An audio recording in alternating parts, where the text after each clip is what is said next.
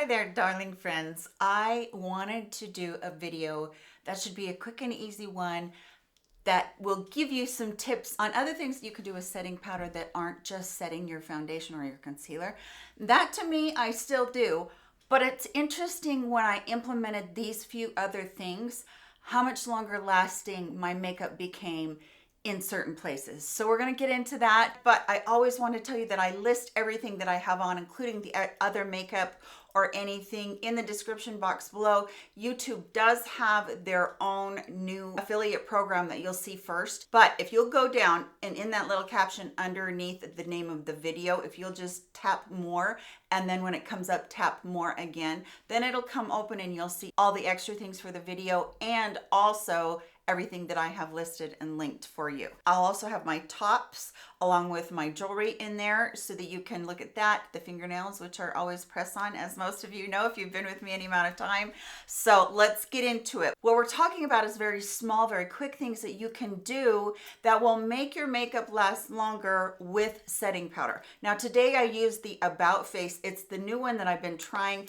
It's their pink powder. It's so much less expensive than the powders that are on the market right now for this pink powder blow up that people have had go on, but I don't find that this is as luxurious of a powder. I do have 3 or 4 other drugstore pink powders that I'm going to be trying very quickly, just so you know that. But I'm a pink powder person. I'm sold on it because I am fairly fair and I just love the way that it brightens everything up. So that's what I'm using today.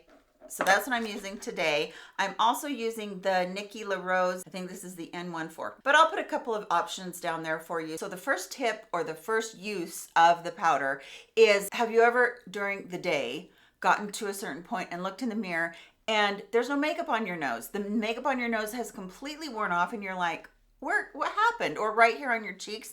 Okay, so we're gonna fix that.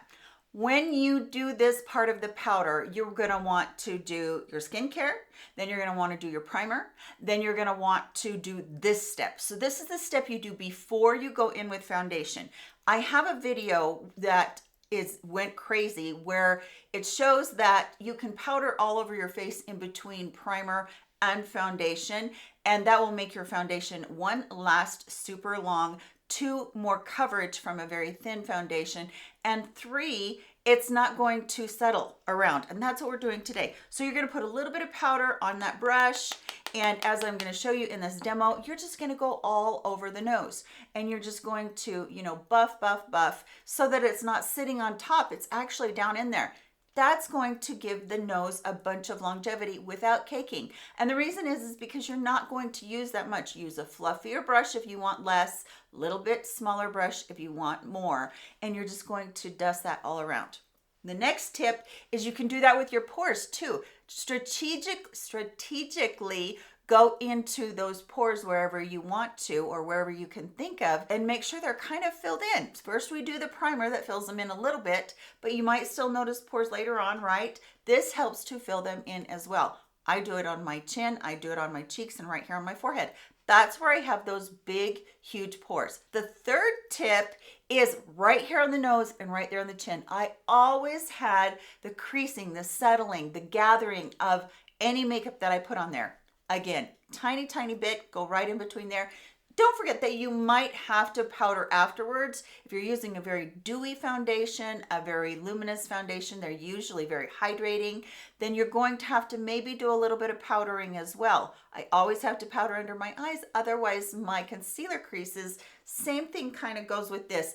This is about longevity. It's about the texture and the way that it will look, or your foundation will look or set in those places or settle into those places. Go into that crease, go right there onto the nose. It works every time. If you have deep creases in your 11s, it will work really good for that as well. Actually, I'm going to combine those two together. So that, creases and the large pores, that's tip number 2. Tip number 3 is a question for you. When you are doing your skincare in the morning, do you rub your skincare all over? Do you put your sunscreen into your eyebrows? I do, because I have even dark spots on this eye right here, right above that eyebrow. And that makes my eyebrow product, my pomade, my pencil, whatever I use for brows, not stick. What can we do there? same thing, only I take a smaller brush and go down in to the powder, quite a bit smaller. This is a Rephr 1.4 brush, quite a bit smaller. By the way, Rephr has its last ever site-wide sale going on right now. It doesn't mean that they're going to do away with the concept store. They might be doing away with the concept store. They haven't told us yet as affiliates, but they do have a 50% off of site-wide while supplies last. All of that information will be down below as you're looking at this brush. So you're gonna take that little fluffy brush, and I go back and forth, back and forth, back and forth to make sure that the powder dries out every single eyebrow hair I have. And guess what? Later on in the day, I still have my eyebrows on because I haven't put eyebrows on top of some moisturizer or some sunscreen that is slick and it's going to wear off during the day. Great tip. Now, same thing, the next tip, the number 4, is do you do your skincare on your eyelids or underneath your eyes and come all the way close up to there? Well, you should be doing that because we get crepey right there on those eyelids. But again, those eyelashes are going to grab that moisture and be slick. And guess what? You're going to get smudging on your mascara. You're probably going to hate whatever mascara it is, and it might not even be the mascara's fault. It might not be able to build on all of that moisture that you've got on your eyelashes. So again, I go in and I dust. I do this actually twice. Now, keep in mind, these are not necessarily things that you have to do every day in order for your makeup to look good.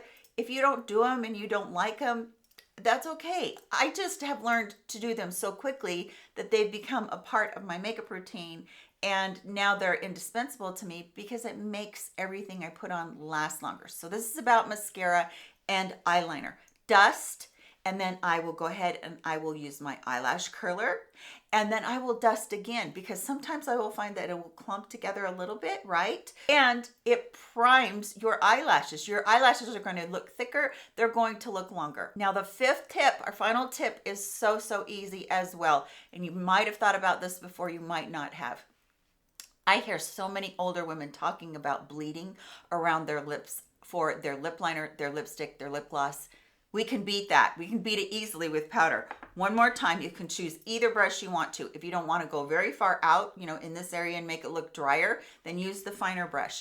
Go ahead and do that on your dry lips without any product on them. Go ahead and go around them like this. Then you go in, you do your liner like you normally would, but after I'm done with doing my liner, I will press my lips so that it kind of smears that liner around. I don't want a stark line.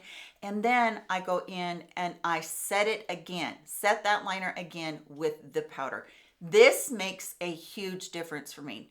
And it makes a difference because I am at the moment on my lip gloss phase where I'm not really even using very much lipstick. It's lip gloss. So my lip gloss will stay on so much longer than it did before in using this little trick. Before the liner and then after the liner with just a little bit of powder. Don't go overboard. We're just wanting to set it a little bit so that it doesn't have anywhere to bleed to. So those are my rapid fire, quick 5 tips for you to be able to use setting powder in ways that you may not have ever thought of setting powder before. If you have any tips and tricks that you would like us all to know about, maybe something that you do with setting powder or you do in your foundation routine, let us know in the comment section. Hope you're all doing well. Thank you for being with me today. Come and see me again in my very next video. And until then, you can see this video right here of another makeup tip that I did very recently. Love you guys so much, and I'll see you very soon. Goodbye.